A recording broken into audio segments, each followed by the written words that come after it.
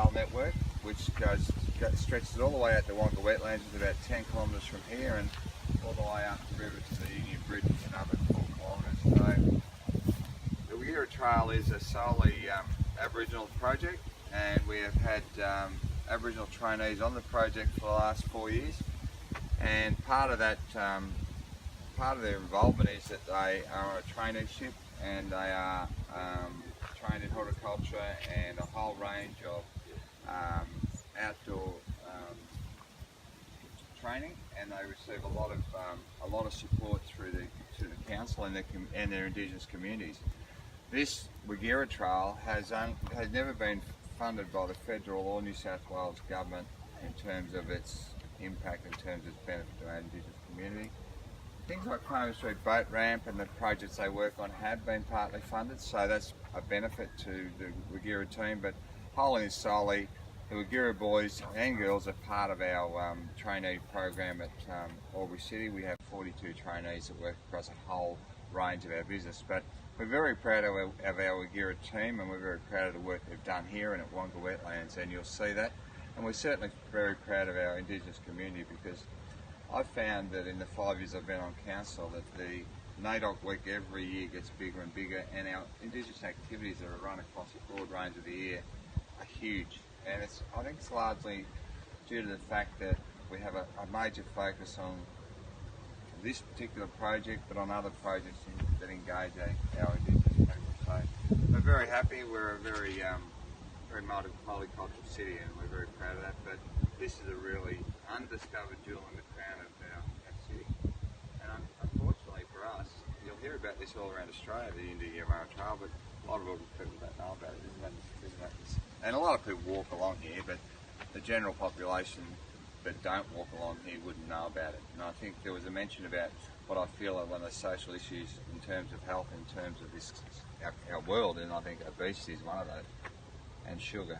I think the two go hand in hand, but things like this are a great opportunity for our young people to explore, and certainly our old people to explore, and you'll see those things as you walk along the river. And it's one of a kind. There's nothing else like this in Australia, so we're very proud and very fortunate to have this beautiful riverine environment here to call our back door, and certainly our front door to the world. So, Noel, did you want to say anything else? No, I think we might do a little quieter interview with Noel. Yeah, that'd be great. And we might hand over to Melissa to give us an introduction as well about why we're gathered today. Do an introduction around the group, because we thought Meg and Noel could talk about the sculpture walk, if that was all right, for an interview. Okay. Well, thank you very much for that introduction. And thank you everyone for gathering today. And I'd just like to begin by acknowledging that we're on Wiradjuri country, and it is such a beautiful country. We've all, visiting, some of us are visitors, some of us are from Wiradjuri country. It's a real honour to be here. Such a beautiful, beautiful place. So thank you very much, for having us and for showing us as we walk along, and we'll be inviting people to join us. Generally when we start a Croakey Go, we just go around and do a short introduction, just so that everyone knows who's here, and we say, who are you, where are you from, and what's a health issue that's been on your mind this week, just so that it puts us all together. So we'll start here with Amy Coops, and I can just say that Amy yesterday was so generous in opening her home to us at Croakey, and we had a planning meeting yesterday based in Amy's home with her gorgeous son Theo helping us out as well. So Amy, tell us a bit about you and Albury, and also a health issue on your mind.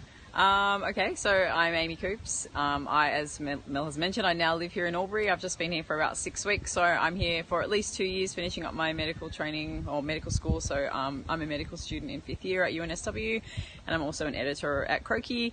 And a health issue that's on my mind, very sadly last night I learned that there was another medical student suicide at the University of Tasmania. So mental health for doctors is something that's very much on my mind today, I think, and it'll be good to talk to everyone throughout the day about what we can do to address this really kind of sad crisis that we're in. And I'm sure, walking in such a beautiful place, there'll be lots of hopefully healing connections as well. Hello, Karen. Who are you? Where are you from? And what's a health issue on your mind?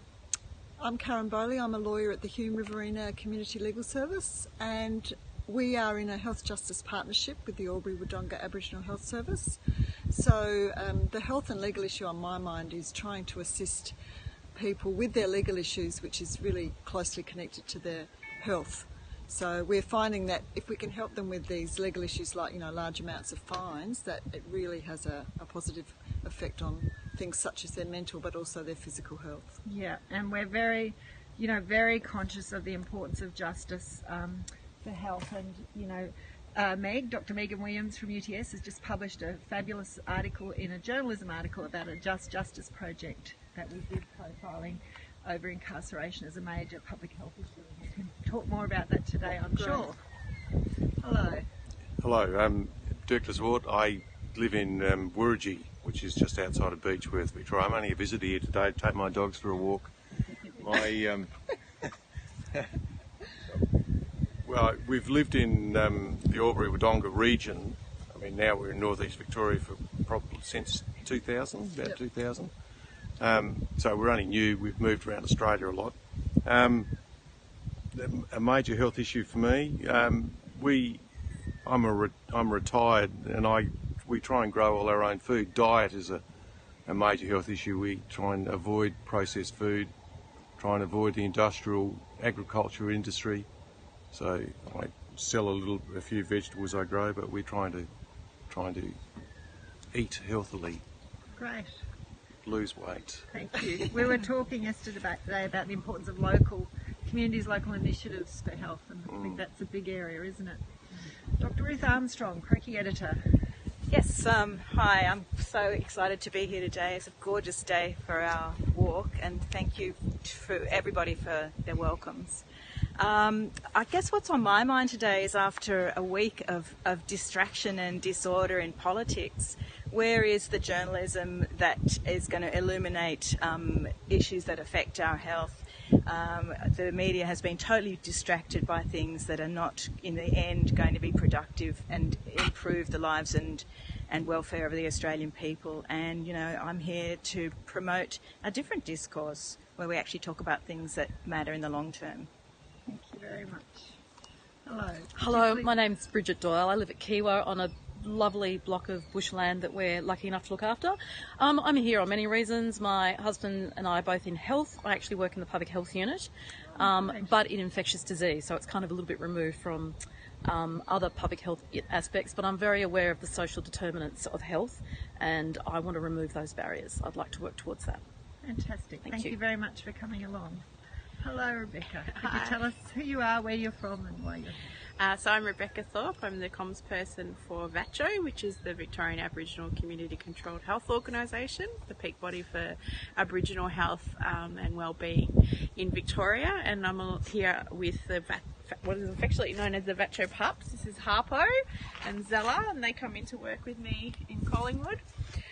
So they'll be missing them back in the office today.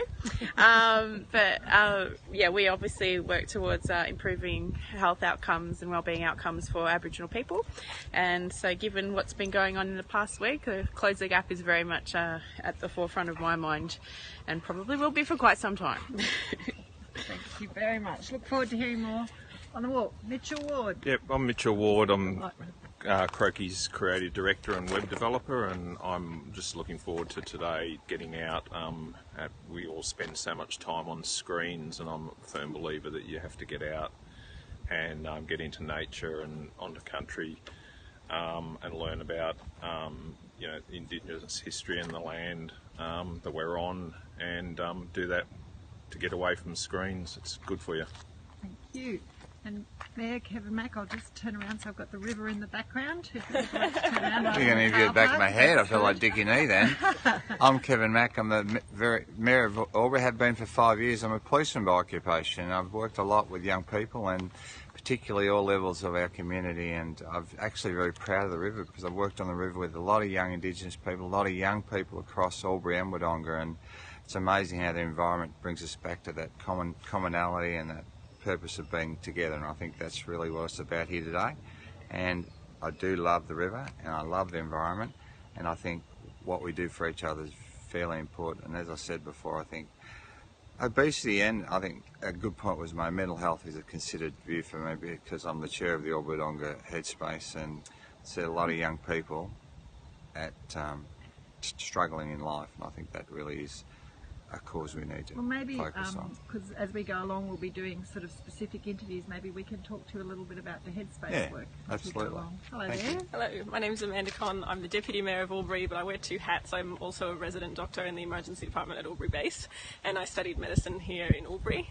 I suppose an issue I'm really passionate about at the moment is family and domestic violence. I'm also the chair of the Albury Wodonga Family and Domestic Violence Prevention Committee, and I think it's one that profoundly affects health, but the solution can't just be a health-based solution. It's something where we really need the whole of community to come together and change attitudes and change systems. So it's an excitingly complex problem that we really need to solve urgently. Absolutely. And Amy last year covered the College of Emergency Medicine conference for us, and I mean what I really learned out of Amy's coverage of that conference was that emergency medicine doctors are often the social justice specialty in a way, because sort of seeing the impact of social determinants. Yeah, you see the really pointy end of the problem, and the emergency department can only ever really be a band-aid for those problems, and I suppose working there gives me that insight into what's happening, and it makes me really passionate in my outside of hospital work in trying to prevent those patients from coming in the first place. Thank you very much. Hello. Hello, I'm Liz Marmo. I'm an activist for women's rights. Usually I'm behind the camera and I'm in front of the camera, so I'm a little bit sort of like... so my cause in life at the moment is to medical privacy for women to be able to access a certain clinic in Albury without being approached by religious fanatics. It's been a long trot, but I'm sure women will at one stage be able to access these clinics in New South Wales without being approached. So that's me. Thank you very much, and we can talk more about that as we walk. Thank you. Dr. Megan Williams from UTS, would you like to tell us? Good morning. Yes, well, it's lovely to be here on Wiradjuri country, and through my father's family I'm Wiradjuri, but a long way from here in Mudgee and the surrounding areas, but river people, very familiar with rivers. And I think today I'm thinking about identity, and particularly for our brothers and sisters who are in prison, who maybe get at the most sometimes 3 hours of outside time a day, if that, for some people who are in solitary confinement in New South Wales. And for Wiradjuri people, rivers are just imprinted on our identity, our sense of being, and how soul-destroying it would be to be locked away from that. Whatever the reason for incarceration, I do believe that country is healing, and as much access we've got to country will improve our health. Thank you very much, and look forward to hearing more. Noel. Hi, I'm Noel Vogel. I'm lucky enough to be the Cultural Development Coordinator at Albury City. So my role is about connecting our community with cultural activities beyond our beautiful and fabulous cultural facilities. Strangely, look, the other thing I love is that I'm lucky enough to be the parent of two fabulous children, and for me the health issue is actually addiction to screens. Drives me bonkers nearly every day.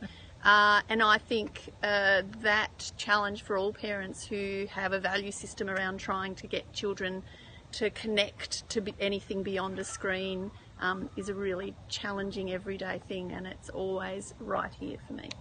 Thank you very much. And Mari McInerney, I believe. Certainly not least. I'm going to dob in the earlier speakers. I'm really delighted to be here with Karen and Dirk, who I last saw, I think, about 35 years ago. They're from Clare, which is my hometown on Wiradjuri land. And it actually reminded me that I learnt recently it was 35 years since the Ash Wednesday bushfires went through South Australia, including where we were, and I worked on the local paper. Dirk was on the local council. Karen was a teacher at the high school at the time.